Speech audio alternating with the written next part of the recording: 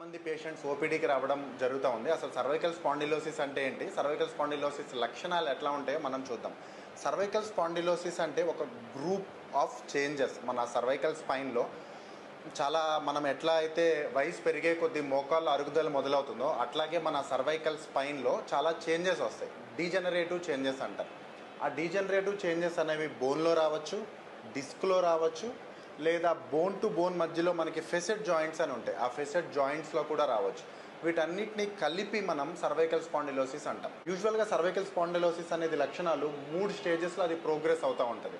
First stage ఏంటంటే మెయిన్గా patients మనకి బ్యాక్ పెయిన్ అంటే యాక్సియల్ నెక్ పెయిన్ అంటాం. నెక్ పెయిన్తో ప్రెజెంట్ అవుతూ ఉంటారు. ఈ నెక్ పెయిన్ ఎక్కడ వస్తుందంటే వెనకాల పక్కటెముకల మధ్యలో, మెడ మీద, కొంతమందికి చెవులు చుట్టుపక్కల, లేకపోతే దవడల కింద, ఛాతి మీద ఈ నొప్పి చెప్తూ ఉంటారనమాట. ఈ స్టేజ్లో ఎట్లాంటి సర్జరీస్ మనం అడ్వైస్ చేయం. మెడిసిన్స్ తోటి, పోస్చర్ చేంజెస్ తోటి, ఫిజియోథెరపీ తోటి ఈ first stage axial neck pain అనేది ఏదైతే ఉందో అది యూజువల్గా రిజాల్వ్ అయిపోతుంది అనమాట. సో ఈ స్టేజ్లో కనుక మనం సర్వైకల్ స్పాండిలోసిస్ని నెగ్లెక్ట్ చేస్తే అది సెకండ్ స్టేజ్కి ప్రోగ్రెస్ అవుతుంది.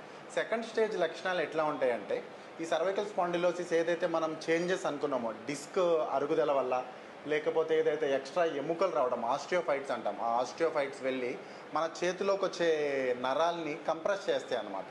సో దీనివల్ల ఎట్లా ఉంటుందంటే చేతిలో తిమ్మిరెక్కినట్టు, మొద్దుబారినట్టు, సో ఇట్లాంటి లక్షణాలు మనం సెకండ్ స్టేజ్లో చూస్తాం.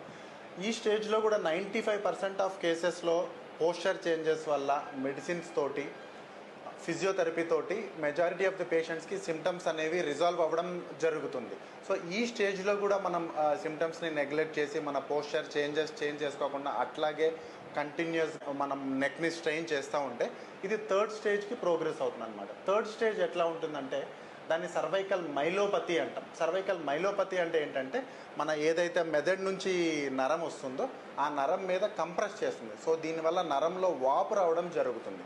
దీని లక్షణాలు ఎట్లా ఉంటాయంటే పేషెంట్ నడిచేటప్పుడు తూలు రావడం, కొంతమంది పెద్దవాళ్ళు ఏంటంటే కింద పడిపోవడం జరుగుతుంది. ఇంకా లక్షణాలు ఎట్లా ఉంటాయంటే బౌల్ బ్లాడర్ డిస్టర్బెన్సెస్ అంటాం. అంటే బాత్రూమ్కి వెళ్ళే లోపలే యూరిన్ కంట్రోల్ లేకుండా యూరిన్ పడిపోవడం, రెగ్యులర్గా మోషన్ అవ్వకపోవడం, చేతుల్లో బలం తగ్గిపోవడం, ఏదన్నా వస్తువు పట్టుకున్నప్పుడు అవి జారిపోవడము, గ్రిప్ తగ్గిపోవడము, డైలీ యాక్టివిటీస్ అనేవి చాలా డిఫికల్ట్గా అనిపిస్తాయి. ఇది మైలోపతి స్టేజెస్. సర్జరీస్ సర్వైకల్ స్పాండిలోసిస్కి అవైలబిలిటీగా ఉంటాయి అంటే యంగ్ పేషెంట్స్కి యూజువల్ మనం సింగిల్ లెవెల్ అంటే ఒకే ఒక లెవెల్లో కనుక డిస్క్ చేంజెస్ ఉంటే యూజువల్గా మనం సర్వైకల్ డిస్క్ రిప్లేస్మెంట్ అనేది అడ్వైస్ చేయడం జరుగుతుంది. అట్లా కాకుండా కొంచెం పెద్దవాళ్ళలో డీజనరేటివ్ చేంజెస్ ఉన్నాయి. సో వీళ్ళలో మనం ఏసీడిఎఫ్ అంటాం. అంటే యాంటీరియర్గా మెడ ముందు భాగం నుంచి మైక్రోస్కోప్లో కీహోల్ పద్ధతిలో సర్జరీ చేయడం జరుగుతుంది. అట్లా కాకుండా కొంతమందికి 3-4 లెవెల్స్లో చేంజెస్ ఉంటాయి అండ్ 3-4 చోట్ల మెడలో అరుగుదల అనేది అవుతుంది. సో ఇట్లాంటి స్టేజెస్లో పోస్టీరియర్ సర్వైకల్ లామినెక్టమీస్ అంటాం. అంటే మెడ వెనక భాగంలో ఓపెన్ సర్జరీ చేయడం అనేది జరుగుతుంది. సో ఈ 3 సర్జరీస్ అనేవి సర్వైకల్ స్పాండిలోసిస్లో అందుబాటులోకి ఉన్నాయి. ఇవి 100% అంటే మనకి ఓపీలో 100 పేషెంట్స్ని మనం చూస్తే మ్యాక్సిమం 4 to 5% కేసెస్లోనే సర్జరీ అనేది అడ్వైస్ చేయడం జరుగుతుంది. మెజారిటీ ఆఫ్ పేషెంట్స్ మన దగ్గరికి ఎర్లీ స్టేజెస్లో కనుక వస్తే యూజువల్గా మెడిసిన్స్ తోటి, ఫిజియోథెరపీ తోటి, లైఫ్ స్టైల్ మోడిఫికేషన్స్ తోటి సిమ్టమ్స్ అనేది రెడ్యూస్ అవ్వడం జరుగుతుంది. Thank you.